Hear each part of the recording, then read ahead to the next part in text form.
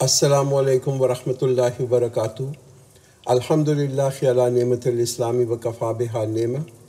آپ لوگوں کو خوش آمدید۔ ہم سورہ فتح کے اوپر ہیں، آیت نمبر 18۔ اعوذ باللہ من الشیطان الرجیم، بسم اللہ الرحمن الرحیم۔ لقد رضی اللہ عن المؤمنین اذ یبایعونک تحت الشجرۃ فعلم ما فی قلوبہم فانزل السکینۃ علیہم واثابہم فتحا قریبا۔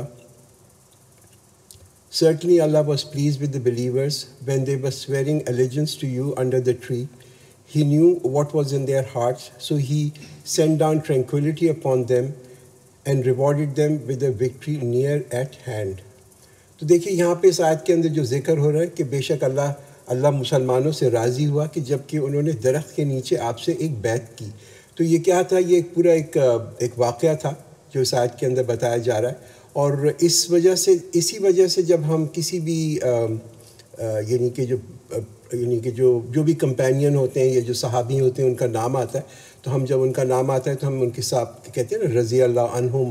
یہ اس وجہ سے کہتے ہیں کہ اس آیت کے اندر آئے لقد رضی اللہ، کہ اللہ راضی ہے ان سے، تو اس وجہ سے ہم صحابیوں کے نام کے ساتھ اس کو یوز کرتے ہیں۔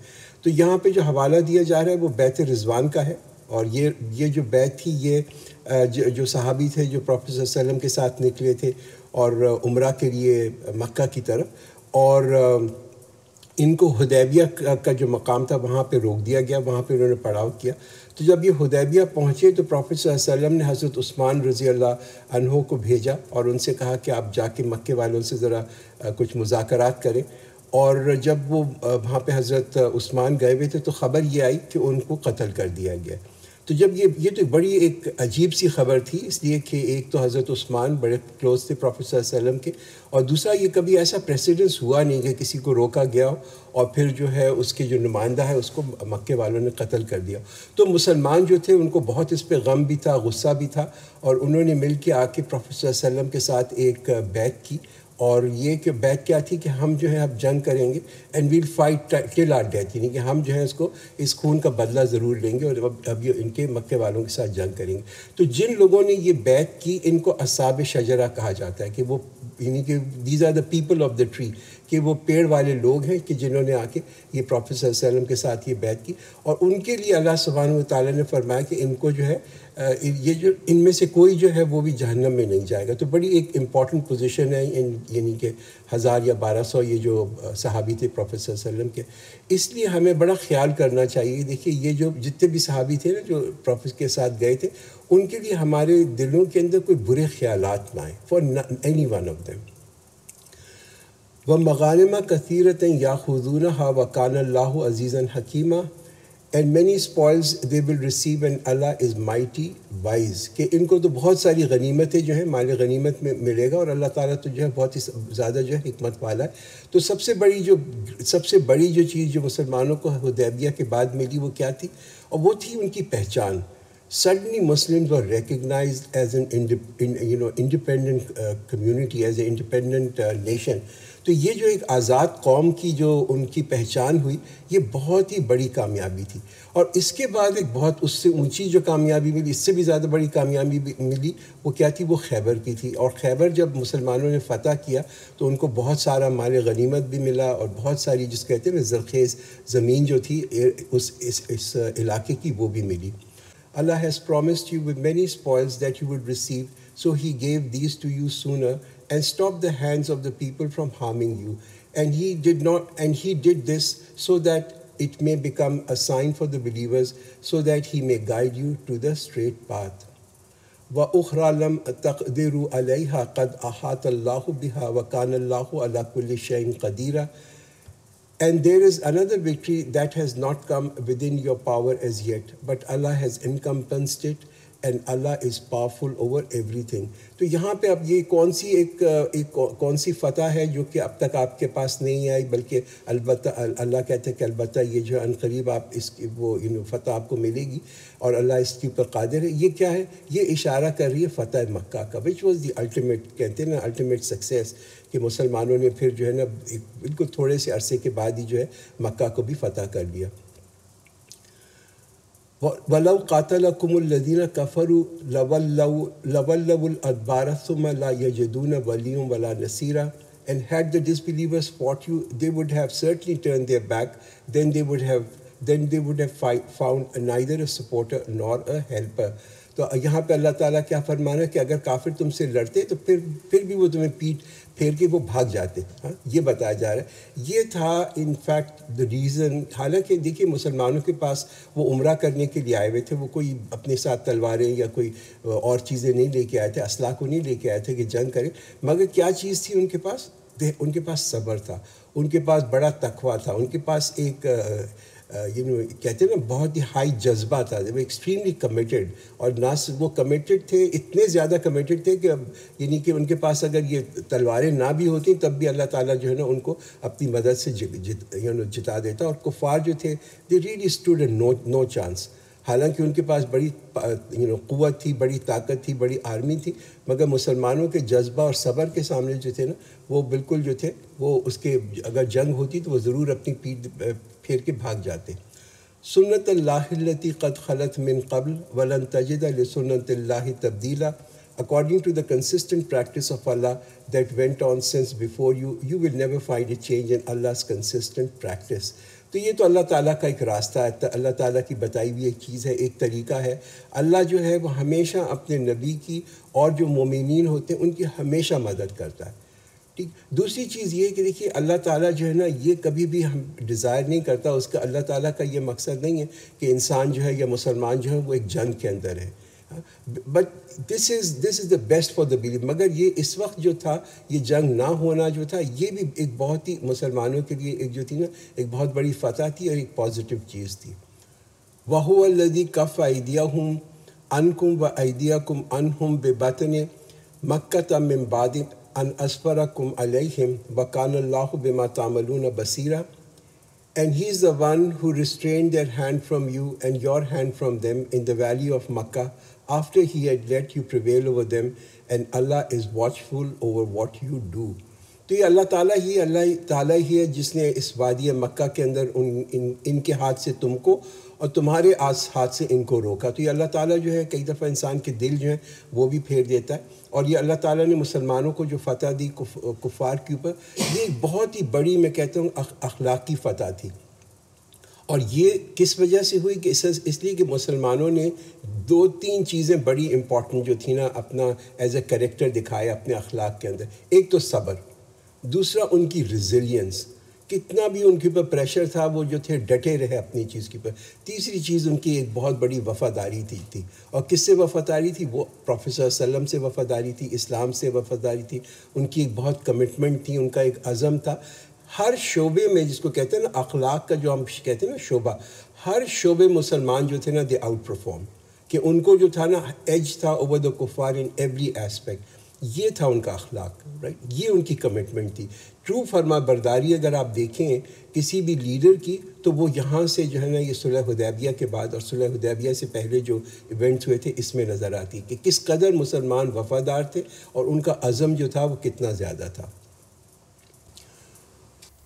ہم الذین کفروا وصدوکم عن المسجد الحرام والہدی معکوفا ان یبلغ محلہ ولولا رجال مؤمنون ونساء مؤمنات لم تعلموهم ان تطؤوهم فتصيبكم منهم معرة بغير علم لیدخل اللہ فی رحمته من یشاء لو تزیلوا لعذبنا الذین کفروا منهم عذابا علیما. They are those who disbelieved and prevented you from the sacred mosque and prevented the sacrificial animals that were detained from reaching their due place. Were it not for the believing men and believing women whom you did not know, that you might have trampled them, and thus a painful situation might have arisen for you without knowledge. The situation was avoided so that Allah may admit into His mercy whom He wills. If they had been separated from one another, we would surely have punished those who disbelieve from among them with a painful punishment. تو یہ جو قرآن اس کے اندر پورا یہ جو واقعہ بتا رہا ہے، اس میں ایک ڈیٹیل اس کی یہاں پہ بتا رہا ہے کہ جن لوگوں نے کفر کیا اور تم کو مسجد حرام سے روکا اور جو قربانی کے جو جانور تھے ان کو بھی روکا، وہ اس وجہ سے اس سے کہ وہ اپنی قربانی کی جگہ تک نہ پہنچ سکے. تو اگر یہ کچھ مرد جو کہ ایمان والے ہوں اور کچھ عورتیں جو ایمان والی ہوں نہ ہوتے کہ جن کو تم نہیں جانتے، ہاں، تو پھر اللہ تعالیٰ جو تھا نا، یہ جو تھا یہ ہی وڈ ہیو لیٹ کہ اب مسلمان جو ہیں ان کو فتح کر لیتے. دیکھیے یہ بڑی ہی انپریسیڈنٹڈ چیز تھی. اس کی کوئی مثال نہیں ملتی کہ مکے والوں نے کبھی بھی کسی کو بھی کعبے میں آنے سے روکا ہو. یہ پہلی دفعہ تھی کہ جتنی بار آپ مکے کا ہسٹری دیکھتے ہیں کہ مسلمانوں کو روکا گیا کہ وہ کعبہ کے اندر جو ہے نا داخل نہ ہو سکیں. حالانکہ اس لیے کہ کعبہ جو تھا وہ ہمیشہ کھلا رہتا تھا سبھی لوگوں کے لیے، سب سے بڑے بڑے دشمنوں کے لیے بھی. تو دو وجہ جو ہیں یہاں پہ اللہ تعالیٰ یہاں پہ بتا رہا ہے کہ جس وجہ سے اللہ تعالیٰ نے یہ جو جنگ تھی یہ نہیں ہونے دی. پہلی یہ بتا رہا ہے کہ کچھ ایسے لوگ تھے کہ جو مکہ کے اندر تھے، مسلمان عورتیں، مسلمان مرد، کہ جنہوں نے اپنے ایمان کو چھپایا ہوا تھا. اچھا، اور اس وجہ سے کہ دیکھیے کچھ ایسے مسلمان تھے جو کہ مالی طور پہ، فائنینشلی طور پہ، فزیکلی طور پہ ایسے تھے کہ وہ ہجرت نہیں کر سکتے تھے. وہ تھے مسلمان مگر وہ مکہ کے اندر ہی ابھی تھے. تو اگر ایک کفار کے ساتھ اس وقت ایک جنگ ہوتی اور مسلمان جو تھے ان پہ حاوی ہو جاتے تو یہ بڑا ایک کہتے ہیں نا بہت بڑا ایک لاس ہو جاتا ہے، ایک بڑی سفرنگ ہو جاتی. اس لیے کہ یہ جو مسلمان تھے جنہوں نے اپنے ایمان کو چھپایا ہوا تھا، یہ بھی اس میں جو تھا نا ان کے اوپر جو تھا یعنی کہ ان کے اوپر بھی تھوڑا سا وہ آتا ضرور اس کا جنگ کا. اچھا، اور دوسرے تھے ایسے کہ کچھ ایسے بھی کفار تھے مکہ کے اندر. یہ دوسرا ریزن تھا کہ اللہ نے جنگ نہیں ہونے دی کہ ان کا رجحان تو تھا کچھ اسلام کی طرف، مگر they were not yet there up till now. کہتے ہیں وہ نا ایک سپارک تو تھا مگر وہ جو سپارک جو تھا نا وہ ابھی تک ایک آگ نہیں بنا تھا. تو یہاں پہ اللہ تعالیٰ نے ان کو بھی ایک موقع دیا کہ وہ سوچ سکیں. اور ہم دیکھتے ہیں کہ اس کے بعد جو تھے بہت لوگ جو تھے انہوں نے کنورٹ کیا، وہ بہت سارے لوگ مسلمان ہوئے. تیسری جو چیز جس کی وجہ سے اللہ تعالیٰ نے یہ جنگ کو روکا وہ یہ کہ دیکھیے ممانعت تھی مکہ کے اندر جنگ کرنے کی. مکہ جو تھا اس کی ایک اپنی حرمت ہے، تو اگر وہاں پہ جنگ ہوتی تو اس کی حرمت جو تھی، اس کی جو سینکٹیٹی تھی وہ وائلیٹ ہوتی. مگر ہم دیکھتے ہیں کہ اگلے 2 سال کے اندر ہی within the next 2 years ایک خون کا قطرہ بہائے بغیر مکہ جو تھا اس کو مسلمانوں نے آ کے واپس کانکر کر دیا. And vast majority of people جو مکہ کے اندر تھے وہ مسلمان ہو گئے. اِذْ جَعَلَ الَّذِينَ كَفَرُوا فِي قُلُوبِهِمُ الْحَمِيَّةَ حَمِيَّةَ الْجَاهِلِيَّةِ فَأَنزَلَ اللَّهُ سَكِينَتَهُ عَلَى رَسُولِهِ وَعَلَى الْمُؤْمِنِينَ وَأَلْزَمَهُمْ كَلِمَةَ التَّقْوَى وَكَانُوا أَحَقَّ بِهَا وَأَهْلَهَا وَكَانَ اللَّهُ بِكُلِّ شَيْءٍ عَلِيمًا.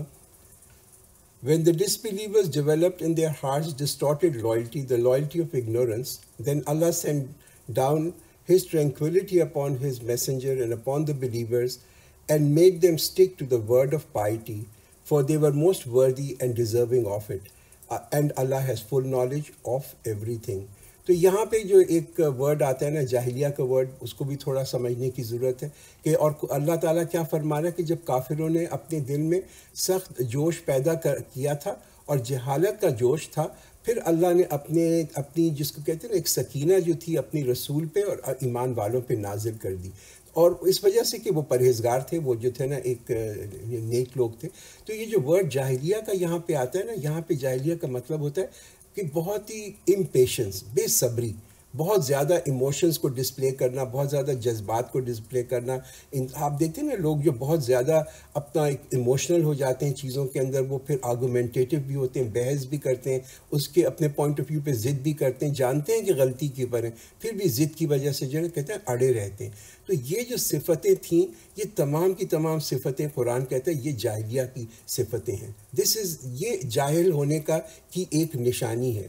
تو سب سے بڑی جاہلی چیز کیا ہوتی ہے کہ انسان جو ہے وہ اپنی بہتری جو ہے اپنے آپ کو امپروو نہ کرے، اور وہ جو ہے اپنی غلطی کو جانتے ہوئے اور کوئی اس کو غلطی پوائنٹ آؤٹ بھی کرے مگر اپنی غلطی کو جانتے ہوئے بھی اس پہ گھمنڈ کرے،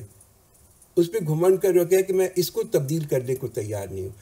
اسلام کا جو ایک مقصد ہے نا، اسلام کا مقصد ہے کہ انسان کو بائی اینڈ لارج جہالت سے نکالنا. اسی لیے اسلام کانسٹنٹلی، آپ دیکھیں کانسٹنٹلی ہمیں کیا سکھاتا ہے؟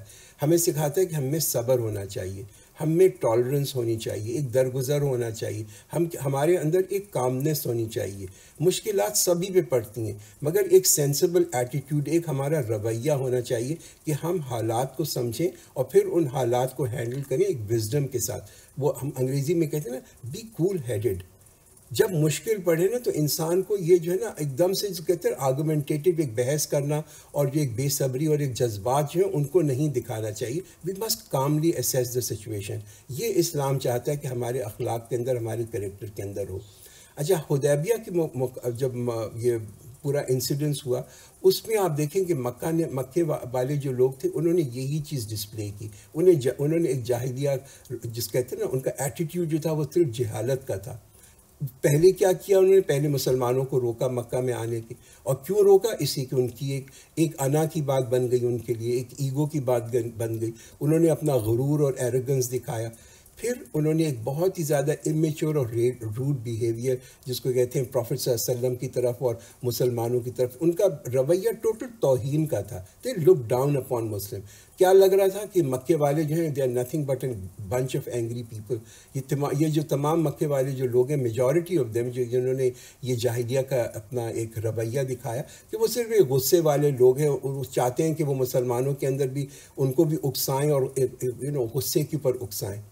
مگر یہ ایمان تھا مسلمانوں کا، یہ ان کا ایک اتنا پختہ ایمان تھا کہ اللہ تعالیٰ نے ان کے اوپر ایک سکینہ بھیجی، ایک کامنس ان کے اوپر بھیجی. اور یہ سکینہ اللہ تعالیٰ کی کیسے ظاہر ہوتی ہے کہ انسان کا جو بیہیویئر جو ہے نا، ڈسپائٹ دا فیکٹ کہ وہ بہت زیادہ upset who, despite the fact کہ انسان میں بہت زیادہ غم ہو، he doesn't let these feelings control his action.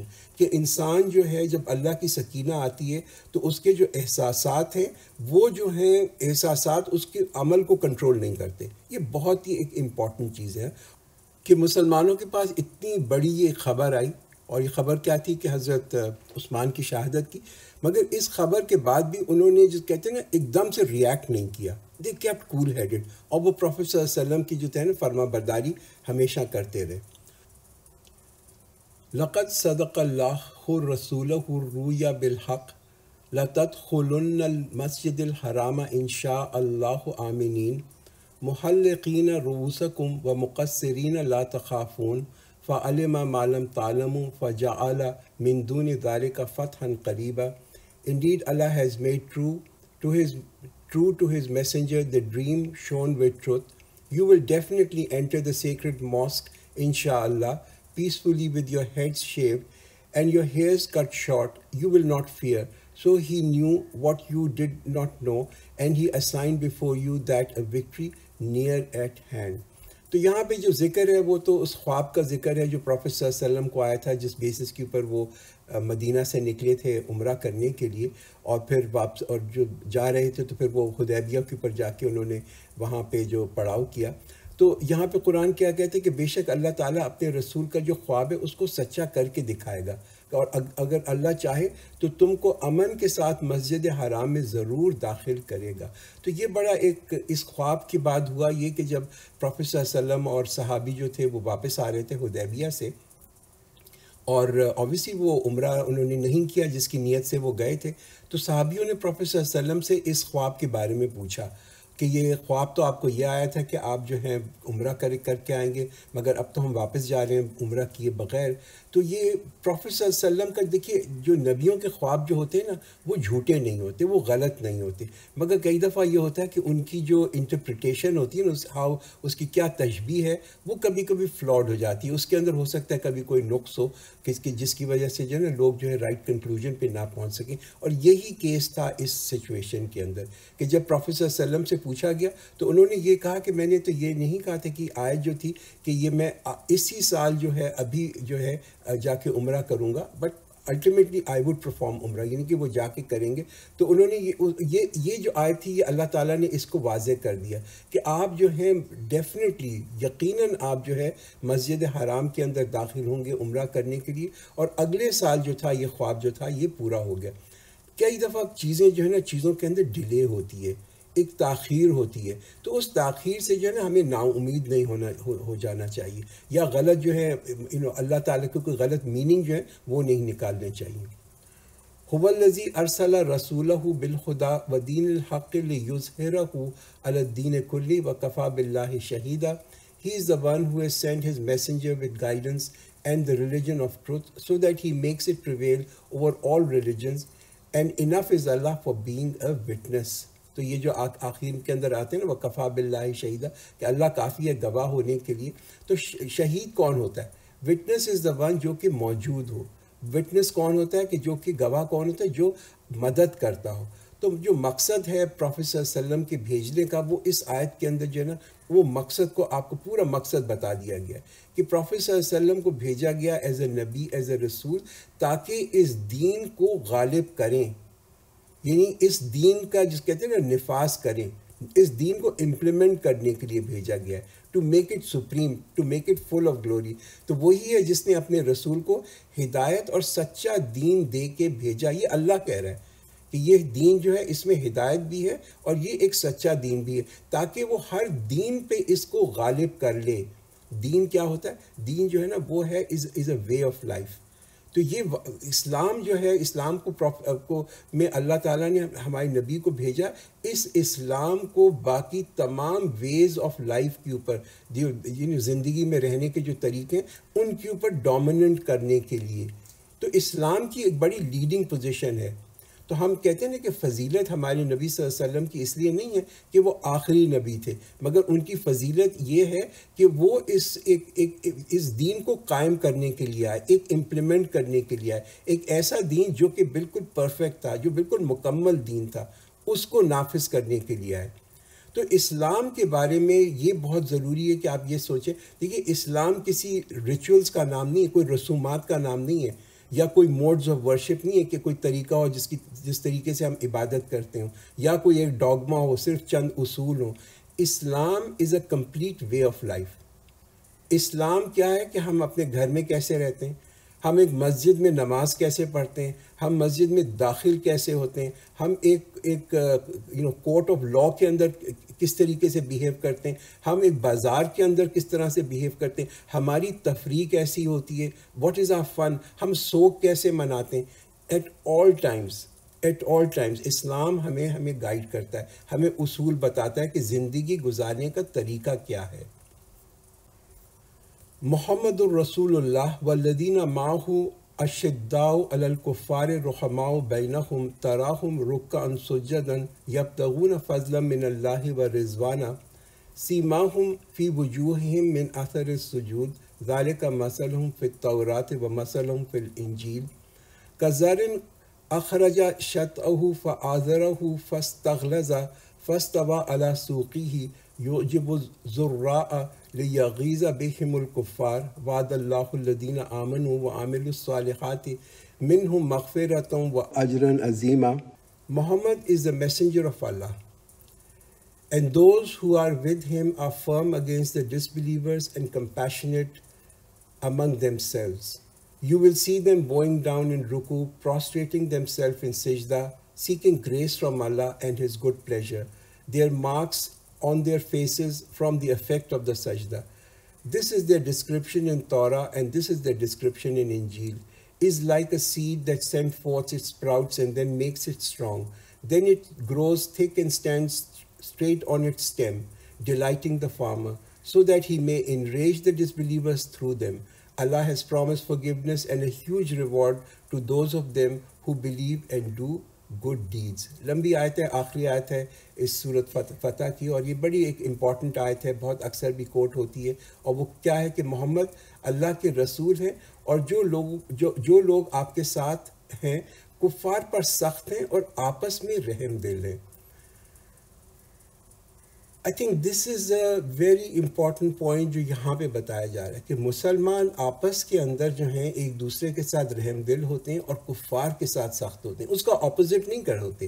جیسے آج کل ہم دیکھتے ہیں نا کہ ہماری ساری جو سمپتیز ہوتی ہیں اور ساری جو تعریف ہوتی ہے وہ کفار کے ساتھ ہوتی ہے، اور مسلمانوں کو ہم کانسٹنٹ ایک کرٹیسزم کے ساتھ رکھتے ہیں. ہم ٹھیک ہے مسلمانوں میں بہت ویکنیسز ہیں، ڈیفینیٹلی دے آر ایکسٹریملی آج کل جو ایک پرابلمٹک اسلام کو فالو کریں، but nevertheless I think we need to think کہ ہم کیسے اس کو امپروو کر سکتے ہیں. اس کا ہمارے دل کے اندر ایک درد ہونا چاہیے کہ ہم کفار جو ہیں ان کے ساتھ ہماری جو ہے کہ ایلیجنس نہ ہو. اور تم دیکھتے ہو کہ رکوع اور سجدہ سے اللہ نے ان کے جو نا چہروں کے اوپر رکوع اور سجدہ کے اثرات ہیں.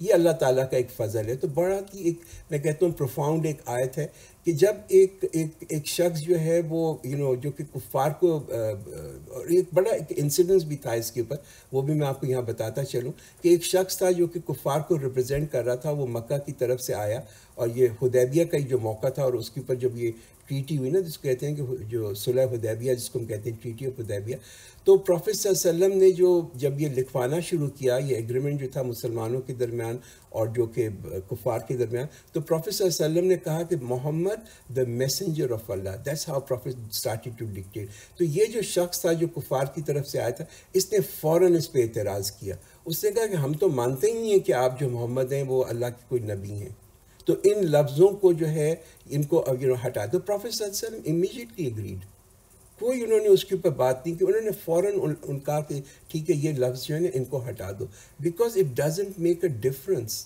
اللہ تعالیٰ نے یہ ان کا جو کہتے ہیں نا پروفیٹ صلی اللہ علیہ وسلم کا نام جو تھا اس آیت کے اندر لکھ دیا, یعنی کہ قرآن کے اندر جو ہے ان کا نام اس کے اندر آ گیا. تو دیکھیے جو شخص بھی اسلام کو امپلیمنٹ کرنے کے لیے جو ہے نا محنت کرے, اس دین کو امپلیمنٹ کرنے کے لیے محنت کرے, he needs to follow and adapt یہی جو طریقہ بتایا گیا نا, جو میتھڈالوجی بتائی گئی, اس کو اڈاپٹ کرنا جو پروفیٹ صلی اللہ علیہ وسلم نے کی تھی. There is no shortcut. ہم سمجھتے ہیں نا there is a quick way to Islam, there is no shortcut. اس کے لیے ایک محنت کی بڑی ضروری ہوتی, بہت ضروری ہوتی ہے. تو مومن جو ہے نا وہ کبھی بھی ایک کافر جو ہے نا اس سے he never gets odd by ہم. اسی وجہ سے مسلمانوں کے اندر کبھی بھی کوئی انفیریورٹی کمپلیکس نہیں ہونا چاہیے. ہم میں کوئی ایک احساس کمتری نہیں ہونا چاہیے, کوئی کمپلیکس نہیں ہونا چاہیے کہ ہم یہ سمجھیں کہ کوئی اور دین جو ہے وہ اسلام سے زیادہ سپیریئر ہے. اسلام سے کوئی دین سپیریئر نہیں ہے. Everything else is inferior to Islam. تو مسلمان جو ہے ان کی تمام عزت, ان کا تمام آنر جو ہے وہ کس چیز میں, وہ گلوری آف اسلام کے اندر ہے. اور یہ بہت ہی ایک امپورٹنٹ جو بات بتائی گئی کہ مسلمان جو ہے نا وہ آپس میں ایک دوسرے کے ساتھ بہت ٹالرنٹ ہیں. They are cooperative, they have mutual respect for each other. تو یہاں پہ یہ آیت ختم ہوتی ہے. اب ہم اگلی سورت شروع کرتے ہیں, سورہ حجرات. حجرات کا مطلب ہوتا ہے انر چیمبرز یا اپارٹمنٹس یا رومز. اور یہاں پہ آپ دیکھیں گے سورہ حجرات جو ہے نا یہ اخلاقیات کے اوپر اس کی کوئی مثال نہیں ہے. رائٹ کنڈکٹ, مینرز, ایٹیکیٹس, یہ تمام چیزیں جو ہیں ہمیں یہ سورت سکھاتی ہے. سو بسم اللہ الرحمن الرحیم. یا ایھا الذین آمنوا لا تقدموا بین یدی اللہ ورسولہ واتقوا اللہ ان اللہ سمیع علیم. O you who believe, do not proceed ahead of Allah and His Messenger and fear Allah. Surely Allah is all hearing, all knowing. تو کیا بتایا جا رہا ہے اس آیت کے اندر کہ اے ایمان والو تم اللہ اور اس کے رسول کے سامنے پہل مت کرو. یہ بڑی ایک امپورٹنٹ چیز ہے. یہاں پہ آپ دیکھیں پروفیٹ صلی اللہ علیہ وسلم کی جو اتھارٹی تھی نا وہ کبھی بھی کوئی مسلمان چیلنج نہیں کرتا تھا, نہ ہی چیلنج کر سکتا ہے. اٹ کین ناٹ بی, نہ ہی اس کا انکار کر سکتا ہے. اور جتنے بھی صحابی تھے بڑے محتاط تھے, انہوں نے کبھی چیلنج نہیں کیا کوئی بھی پروفیٹ صلی اللہ علیہ وسلم کا کوئی فیصلہ, اس کو انہوں نے کبھی اس کے اوپر جو تھا نا سوال نہیں کیا. نہ ہی وہ پروفیٹ صلی اللہ علیہ وسلم کے آگے چلا کرتے تھے. نہ صرف وہ اتنے محتاط تھے کہ وہ کھانا بھی جب شروع کرتے تھے کہ جب پروفیٹ صلی اللہ علیہ وسلم کھانا شروع کرتے تھے اس کے بعد کر کے کہ وہ کہیں آگے نہ ہو جائے ان سے. مگر جو ریئل کام ہے نا ہمارا, وہ ریئل کام کیا ہے کہ ہماری اطاعت ہو پروفیٹ صلی اللہ علیہ وسلم کی, کہ ہم ان سے آگے بڑھنے کی کوشش نہ کریں. نیکیوں کے اندر بھی, نیک کام کے اندر بھی ہم جو ہے ہم وہ نہیں کر سکتے کہ جو کہ ہم چاہیں نیکی کریں. اس کے اندر بھی ہمیں جو ہے بہت محتاط ہونے کی ضرورت ہے کہ وہی نیکیاں کریں جو کہ ہمارے نبی نے ہمیں بتائی ہیں. تو پروفیٹ صلی اللہ علیہ وسلم کا جو طریقہ تھا وہ بیسکلی جو تھا وہ پورا کرتا تھا جو بھی انسان کی ضرورت ہے, جو ہماری روح کی ضرورت ہے اور جو ہماری جسم کی ضرورت ہے, وہ پروفیٹ صلی اللہ علیہ وسلم کا جو طریقہ وہ ساری چیزیں کو پورا کر دیتا ہے. اور عبادت بھی وہی عبادت ہے جو ہم نے پروفیٹ سے سیکھی. ہم نئے طریقے نہیں بنا سکتے کسی بھی عبادت کے. عبادت وہی ہے جو کہ ہمیں قرآن نے بتا دی اور ہمارے نبی صلی اللہ علیہ وسلم نے اس کو پریکٹس کر کے دکھا دیا. یا ایھا الذین آمنوا لا ترفعوا اصواتکم فوق صوت النبی ولا تجہروا لہ بالقول کجہر بعضکم لبعض ان تحبط اعمالکم وانتم لا تشعرون. O you who believe, do not raise your voices above the voice of the Prophet, and be not loud when speaking to him, as you are loud when you are speaking to one another, lest your good deeds should become void while you do not perceive. تو یہاں پہ کیا بتایا جا رہا ہے کہ اے ایمان والوں، اپنی آوازوں کو نبی کی آواز سے بلند نہ کرو، اور نہ بلند آواز میں رسول سے بات کرو. تو یہ بہت ہی ایک امپورٹنٹ حکم دیا جا رہا ہے کہ اپنی آوازوں کو ذرا نیچے رکھو. جب پروفیٹ صلی اللہ علیہ وسلم کی تم کمپنی کے اندر ہو تو وہاں پہ کئی دفعہ ہوتا ہے نا کہ لوگ تھے پروفیٹ صلی اللہ علیہ وسلم کے ساتھ جو صحابی تھے، وہ اپنی دلائل دیتے تھے، اپنا آرگومنٹ دیتے تھے، اور وہ جو تھے وہ یہ ہوتا تھا، کبھی کبھی ایسا لگتا تھا کہ وہ ایموشنل بھی اس میں ہو جاتے تھے، کہ لگتا تھا کہ وہ دبانا چاہتے پروفیٹ صلی اللہ علیہ وسلم کی رائے کو. And this is what Quran is teaching people, کہ پروفیٹ صلی اللہ علیہ وسلم کی رائے کو دبانے کے لیے زیادہ آرگومنٹ اور زیادہ دلائل مت دو. آج کیا ہوگا؟ دیکھیے، آج تو پروفیٹ صلی اللہ علیہ وسلم ہمارے ساتھ موجود نہیں ہے، رائٹ، فزیکلی موجود نہیں. تو ہم آج جو ہے، آج یہ آواز ہماری بلند ہونا وہ کیا ہے کہ ہم جان بوجھ کے ہم جو ہے نا رد کر دیں. ہمیں معلوم ہو کہ یہ پروفیٹ صلی اللہ علیہ وسلم کی ایک حدیث ہے، یہ ان کی ایک سینگ ہے، مگر اس کو ہم جان بوجھ کے رد کر دیں. یہ ہے ہماری، جس کہتے ہیں نا، ہم اپنی آواز جو ہے پروفیٹ کی آواز سے جو ہے بڑھا رہے ہیں. تو اب آپ یہ دیکھیں کہ دوسری چیز جو آپ یہ دیکھیں کہ پروفیٹ صلی اللہ علیہ وسلم کے آج کل ہم اپنے زمانے کے اندر بھی دیکھیں تو یہ تمام جو ہم نے جتنی بھی ساری بدعات یہاں پہ انوینٹ کر لی ہیں، خاص طور پہ اگر آپ میلاد کے موقع کے اوپر دیکھیں تو آپ دیکھیں کتنا کامن ہو گیا میلاد آج اسلام کے اندر، کہ جو شخص میلاد سے منع کرتا ہے وہ بالکل ایک ایلین لگتا ہے اسلام کے لیے. آپ پروفیٹ صلی اللہ علیہ وسلم کی زندگی کو اسٹڈی کریں، نہ صرف ان کی، آپ صحابیوں کی زندگیوں کو اسٹڈی کریں.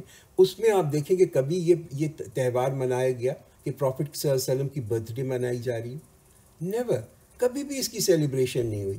تو یہ بالکل ایک بدعت ہے جو ہم لوگوں نے اڈاپٹ کر لی، اور اب وہ اتنی زیادہ آ گئی ہے ہمارے کلچر کے اندر اور اسلام کے اندر کہ جو شخص اس کے اگینسٹ بولتا ہے وہ لگتا ہے کہ وہی غلط ہے. ان الذین یغضون اصواتهم عند رسول اللہ اولئک الذین امتحن اللہ قلوبهم للتقوی لهم مغفرۃ واجر عظیم. Surely those who lower their voice in the presence of the messenger of Allah are the ones whose hearts Allah has tested for piety. For them there is forgiveness and a great reward. کہ جو شخص، اب قرآن کہہ رہے ہیں کہ بے شک جو شخص اپنی آواز کو رسول اور اللہ کے حضور دھیمی کر لیتا ہے، اپنی آواز کو دھیمی کر لیتا ہے، یہی وہ لوگ ہیں کہ جن کے دل کے اندر کہتے ہیں پرہیزگاری ہے. یہ بہت ہی ایک امپورٹنٹ ہے کہ انسان کی جو انر حالات ہیں نا، وہ جو آپ کے دل کی جو کنڈیشن ہوتی ہے وہ ظاہر ہو جاتی ہے ہمارے اخلاق سے. تو ادب، عزت اگر ہمارے دل کے اندر ہوگی تو پھر ہم جب بھی ہم بات کریں گے نا تو ہم بات کریں گے، we will treat the prophet with that way. جتنا ادب ہوگا ہمارے دل کے اندر وہ ہماری باتوں کے اندر ظاہر ہو جائے گا کہ ہمارے اندر کتنی عزت ہے اور کتنی فرما برداری ہے، کہ کتنی اہمیت ہے ہمارے اندر پروفٹ صلی اللہ علیہ وسلم کی سنت کے اوپر چلنے میں، کتنی اہمیت ہے on his way of life. یہ جو سنت کو جس کو ہم کہتے ہیں نا، سنت ہے یہ، رائٹ. تو یہ تمام چیزیں جو ہیں یہ کیا ظاہر کرتی ہیں؟ یہ ظاہر کرتی ہیں کہ ہمارے دل میں اللہ تعالیٰ کا خوف کتنا ہے، یہ کہ تقوی ہمارے اندر کتنا ہے، اور ہمارے دل کے اندر پروفیٹ صلی اللہ علیہ وسلم کی عزت اور ان کا ادب کتنا ہے. ان الذین ینادونک من وراء الحجرات اکثرهم لا یعقلون. As for those who call you from behind the chamber, most of them do not understand. وَلَوْ أَنَّهُمْ صَبَرُوا حَتَّى تَخْرُجَ إِلَيْهِمْ لَكَانَ خَيْرًا لَهُمْ وَاللَّهُ غَفُورٌ رَحِيمٌ. Had they remained patient until you come out from them, it would have been better for them. And Allah is most forgiving, merciful. And Allah is most forgiving, very merciful. تو کیا تھا یہاں پہ کہ اکثر جو تھے وہ، یعنی کہ وہاں پہ کچھ بدو رہتے تھے جو کہ مدینہ کے ارد گرد رہتے تھے. وہ بدو جو تھے اوبیسلی اتنے سویلائز نہیں تھے، ان کے اندر اتنی زیادہ ایٹیکیٹ سے زیادہ تہذیب نہیں تھی، اور ان کی ایک عادت تھی کہ وہ آتے تھے پروفیٹ صلی اللہ علیہ وسلم کا جو حجرہ تھا، ان جہاں پروفیٹ صلی اللہ علیہ وسلم جو قیام کیا کرتے تھے، اس حجرے کے پاس آیا کرتے تھے، اور وہ باہر سے آ کے وہ آواز دیا کرتے تھے، او محمد، ایک آواز دے کے زور سے بلایا کرتے تھے کہ آپ باہر آ کے ہم سے بات کریں۔ کبھی کبھی پروفیٹ صلی اللہ علیہ وسلم جو تھے آرام کر رہے ہوتے تھے، کبھی کسی کام میں مشغول ہوتے تھے، تو ان کے اوپر ایک بڑی ہی ایک تکلیف ہو جاتی تھی، بیکاز اگر کوئی باہر سے آپ کو بلا رہا ہو تو اوبیسلی آپ کو اپنا جو بھی کر رہے ہیں اس کو چھوڑ کے آپ کو جانا پڑتا ہے، ایک تکلیف، ایک انکنوینئنس ہو جاتی تھی۔ تو یہ ایک ایٹیکیٹس یہاں پہ بتائے جا رہے ہیں، ایک تمیز کا طریقہ بتایا جا رہا ہے۔ This is what we need to observe in our daily life, کہ ہر ایک کی جو کنوینئنس ہے نا، ہر ایک کی ایک سہولت جو ہے اس کو ضرور ہمیں مد نظر رکھنا چاہیے، کہ بھائی ہم کسی کے گھر جا رہے ہیں، اس کو باہر سے بلا رہے ہیں، گھنٹی بجا رہے ہیں، تو کیا یہ کنوینئنٹ ٹائم ہے؟ ہو سکتا ہے بہتر یہ ہوتا ہے کہ ہم پہلے اس کو فون کر کے میسج دے کے پوچھ لیتے کہ بھئی ہم اس وقت آ رہے ہیں، یہ آپ کے لیے کنوینئنٹ ہے یا نہیں، تاکہ لوگوں کو جو ہے نا انکنوینئنس اور تکلیف نہ ہو۔ یا ایھا الذین آمنوا ان جاءکم فاسق بنبأ فتبینوا ان تصیبوا قوما بجہالۃ فتصبحوا علی ما فعلتم نادمین۔ O you who believe, if an unreliable person brings you a report, so verify, lest you should harm a people out of ignorance and then become remorseful on what you did۔ یہاں پہ بھی ایک etiquettes, ایک تہذیب، ایک تربیت کے بارے میں بتایا جا رہا ہے کہ اے ایمان والوں، اگر کوئی فاسق تمہارے پاس کوئی خبر لے کے آئے تو تم اس کی تحقیق کر لو، کہ کہیں کسی قوم پر تم بے خبری میں کہ نہ جا پڑو، یعنی کہ کسی قوم پہ حملہ نہ کر دو بے خبری میں، اور بعد میں جا کے جو ہے تمہیں اس میں شرمندگی ہو۔ تو یہاں پہ ایک بہت ہی امپورٹنٹ ایک تربیت دی جا رہی ہے، ایک ایٹیکیٹس بتائے جا رہے ہیں کہ تم جو ہو، اور یہ امپورٹنٹ کیوں ہے؟ اس سے کہ اس سے حفاظت ہوتی ہے ہمارے گھرانے کی، ہمارے معاشرے کی، ہماری کمیونٹی کی، ہماری قوم کی، اور کس چیز سے؟ کہ بھائی افواہوں کے اوپر جو ہے نا ایک دم عمل مت کرو۔ یہ جو افواہیں کانسٹنٹلی آتی ہیں نا، کہ جب تک کہ کوئی چیز تمہارے پاس کنفرم نہ ہو، کوئی کسی خبر کی تصدیق نہ ہو جائے، اس پہ تم جو ہے رد عمل مت ظاہر کرو۔ ہمارے یہاں کیا ایٹیٹیوڈ ہے؟ Shoot first and ask question later, کہ پہلے تو آپ نے گولی مار دی، پھر اب آپ سوال کر رہے ہیں کہ بھئی یہ اس سے سوال کر کے تو دیکھ لوں۔ تو پہلے تصدیق کیے بغیر کوئی بھی ایکشن لینا، یعنی یہ افواہ کے اوپر جو ایک ایکشن لینا جو ہے نا، اس سے انسان کو بہت ہی بعد میں جا کے جو ہے نا ندامت ہوتی ہے۔ تو پہلے دیکھیں کہ بھئی جو شخص آپ کو یہ خبر دے رہا ہے اس کا کردار کیسا ہے، اس کی پرسنالٹی کیسی ہے جو آپ کو یہ خبر پہنچا رہا ہے، کہیں وہ فاسق تو نہیں ہے۔ فاسق کون ہوتا ہے؟ بھئی انٹرسٹ وردی، جو ایگزیجوریٹ کرتا ہے، مبالغہ کرتا ہے، سینسیشن پھیلاتا ہے معاشرے کے اندر، جھوٹ بولتا ہے، رائٹ۔ تو اور آپ دیکھیں کہ افواہوں کا جو ایفیکٹ ہے نا، یہ ہر چیز پہ پڑتا ہے، ہماری اپنی صحت پہ پڑتا ہے، ہمارے گھر والوں پہ پڑتا ہے، اسٹاک مارکیٹ پہ پڑتا ہے، every thing is affected by this. اب مارکیٹس اپ اینڈ ڈاؤن ہو رہی ہوتی ہیں کہ اس لیے کہ افواہیں جو ہے لوگوں کے اندر بہت لوگوں کے اندر ایک ذہنی ڈسٹربنس آ جاتی ہے، بہت زیادہ بے چینی آ جاتی ہے ان افواہوں کے اوپر۔ ہمارے لیے کیا میسج ہے؟ بھائی آج تو یہ سوشل میڈیا کا جو دور ہے، اس وقت تو ایسا لگتا ہے کہ یہاں چیز ہوئی نہیں اور وہاں پہ آپ کے پاس واٹس ایپ گروپ کے اوپر آنے شروع ہو گئے، اور فیس بک کے اوپر اور ٹویٹر کے اوپر میسیجز آنے شروع ہو گئے۔ Stop spreading these messages before verifying. 99% آپ دیکھیں ان میسیجز کے اندر مبالغہ ہوگا، اس کے اندر جھوٹی خبریں ہوں گی۔ وہ آتی ہے نا ایک حدیث کے اندر، پروفیٹ صلی اللہ علیہ وسلم نے فرمایا کہ ایک شخص کا جھوٹا ہونے کے لیے یہی کافی ہے کہ وہ ایک خبر کو پھیلا دے اس سے پہلے کہ وہ اس کی تصدیق کرے۔ تو بھائی تصدیق تو کر لیں، ہر چیز کو فارورڈ مت کریں دوسرے لوگوں کو۔ آپ کو نہیں معلوم کہ اس سے لوگوں کے اوپر کیا گزرتی ہے۔ کئی دفعہ یہ افواہیں ہوتی ہیں اور اس سے گھروں کے اندر بھی پرابلم آتی ہے اور پوری مارکیٹ کے اندر بھی پرابلم آتی ہے۔ اور پھر اللہ تعالیٰ نے کیا فرمایا؟ تو ایک تو یہ ہو گیا کہ کسی نے جس نے کہ بغیر تصدیق کے کہ کوئی بھی خبر جو ہے وہ فارورڈ کی، وہ تو کیا اللہ نے کہا کہ یہ کافی ہے کہ وہ شخص ہے وہ جھوٹا ہو۔ اور پھر اللہ کیا کہتے ہیں؟ لعنت اللہ علی الکاذبین، اللہ کی لعنت ہو جھوٹ لوگوں کے اوپر۔ تو یہ بہت امپورٹنٹ ہے۔ آپ یہ دیکھتے ہیں نا کہ آج کل ہمارے یہاں جو ایک معاشرہ ہے، یو کی not trust any one.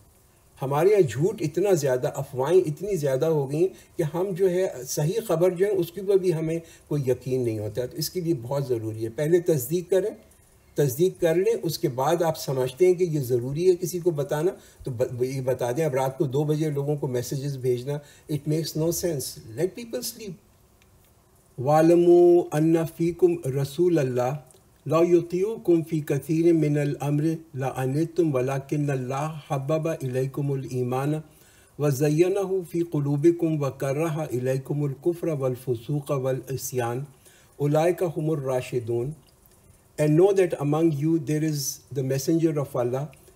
Should he obey you in many matters, you will certainly fall into hardship. But Allah has endeared to you the faith and made it beautiful in your hearts and made detestable to you disbelief and sin and disobedience.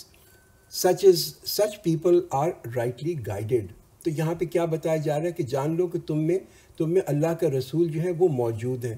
اگر وہ بہت سی باتوں میں تمہارا کہاں مانتے تو تم پر ایک مشکل پڑ جاتی، لیکن اللہ تمہارے دلوں میں ایمان کی محبت ڈال دیتا ہے اور تمہارے دلوں میں اچھا اور ان کو اچھا کر کے دکھاتا ہے، اور تمہارے دلوں سے میں کفر اور گناہ کی جو ہے اور نافرمانی کی نفرت ڈال دیتا ہے. تو پروفٹ اور جو اگر پروفٹ جو تھے، جو صحابی ان کو چیزیں یعنی کہ خبریں جو آ رہی تھیں اس کے اوپر ایک دم عمل کرتے، یہ جس کی تصدیق کیے بغیر. اور وہ کیا خبر تھی؟ وہ شہادت تھی حضرت عثمان رضی اللہ عنہ کی. ان کی شہادت کی جو خبر جب پروفٹ صلی اللہ علیہ وسلم کے پاس آئی تو یہ ایک خبر ہی تھی نا، ایک افواہ تھی، ایک اس کی تصدیق نہیں ہوئی تھی. اور پروفٹ صلی اللہ علیہ وسلم ایک دم اس پہ کوئی ریئیکٹ کرتے یا کوئی یعنی کہ وہ کہتے کہ چلو اب ہم فوراً حملہ کرتے، اور بعد میں ان کو یہ معلوم ہوتا کہ یہ تو افواہ تھی، تو کتنا اس کے برے نتائج ہوتے.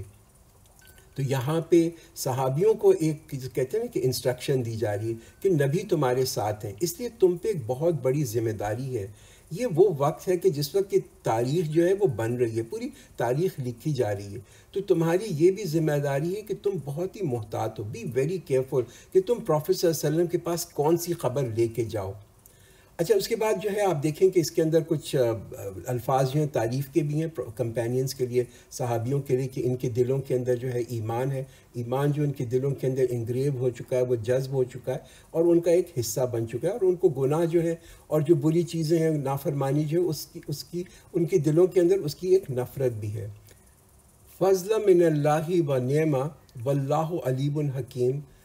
As a grace from Allah and as a blessing, Allah is all knowing, all wise. تو یہ بڑا اللہ تعالیٰ کا فضل ہے کہ یعنی کہ انسان میں اور مسلمانوں میں یہ پہچان ہو کہ یہ ایمان جو ہے یہ کتنا بڑا ایک خزانہ ہے، کہ مسلمان اس ایمان کی وجہ سے جو ہے ایک مسلمان جو ہے وہ ایسی چیزوں کے قریب بھی نہ جائے، ایسے سچویشنز میں نہ اپنے آپ کو پڑنے دے، ایسے حالات میں نہ پڑنے دے جہاں کہ اس کا ایمان جو ہے نا وہ خطرے میں آئے. وَإِن طَائِفَتَانِ مِنَ الْمُؤْمِنِينَ اقْتَتَلُوا فَأَصْلِحُوا بَيْنَهُمَا فَإِن بَغَتْ إِحْدَاهُمَا عَلَى الْأُخْرَى فَقَاتِلُوا الَّتِي تَبْغِي حَتَّى تَفِيءَ إِلَى أَمْرِ اللَّهِ فَإِن فَاءَتْ فَأَصْلِحُوا بَيْنَهُمَا بِالْعَدْلِ وَأَقْسِطُوا إِنَّ اللَّهَ يُحِبُّ الْمُقْسِطِينَ. If two groups of believers fall into fight, seek reconciliation between them. And if one of them commits aggression against the other, fight the other that commits aggression until it comes back to Allah's command. Then if it returns, make peace between both of them with justice and act equitably. Surely Allah loves those who act equitably. بڑی ایک important ہدایت دی جا رہی ہے، اور ہدایت دی جا رہی ہے اس معاشرے کے لیے کہ اگر اس معاشرے میں مسلمانوں کے درمیان کوئی اختلاف ہوں، دو گروپس کے درمیان، تو یا دو مسلمانوں کے درمیان یا دو قوموں کے درمیان، مسلمان قوموں کے درمیان، تو پھر جو ہے وہ اس اختلاف کو ختم کرنے کی کوشش کرو.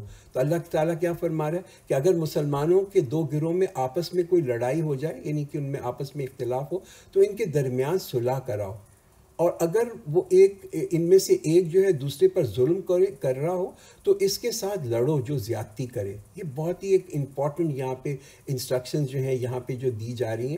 دیکھیے ایز ہیومن بینگز، ایز ہم انسان ہیں نا، اور چاہے مسلمان بھی ہوں تو پھر بھی انسان تو سبھی ہیں نا. انسانوں میں ایک جو ہے نا آپس میں اختلاف جو ہے وہ ہوتا ہے. دس ول ہیپن. یہ دو لوگوں کے درمیان میں بھی ہوگا، میاں بیوی میں بھی ہوگا، اولاد میں اور والدین میں بھی ہوگا. یہ سب میں اختلاف از باؤنڈ ٹو ہیپن. مگر کبھی کبھی یہ اختلافات جو ہے نا یہ آگے بڑھ جاتے ہیں، ایک تنازع بن جاتا ہے، ایک کنفلکٹ ہو جاتا ہے. تو قرآن ہمیں کیا بتا رہا ہے کہ بھائی اس کانفلکٹ کو ریزالو کرنے کی کوشش کرو. آج تو پورے کورس ہوتے ہیں کانفلکٹ ریزولوشن کے اوپر. قرآن نے تو اس وقت یہ لوگوں کو ہدایت دے دی کہ اپنے اخلاق کے اندر ایسا وہ رکھو کہ جب کنفلکٹ ہو تو اس کو کس طریقے سے ریزالو کرو.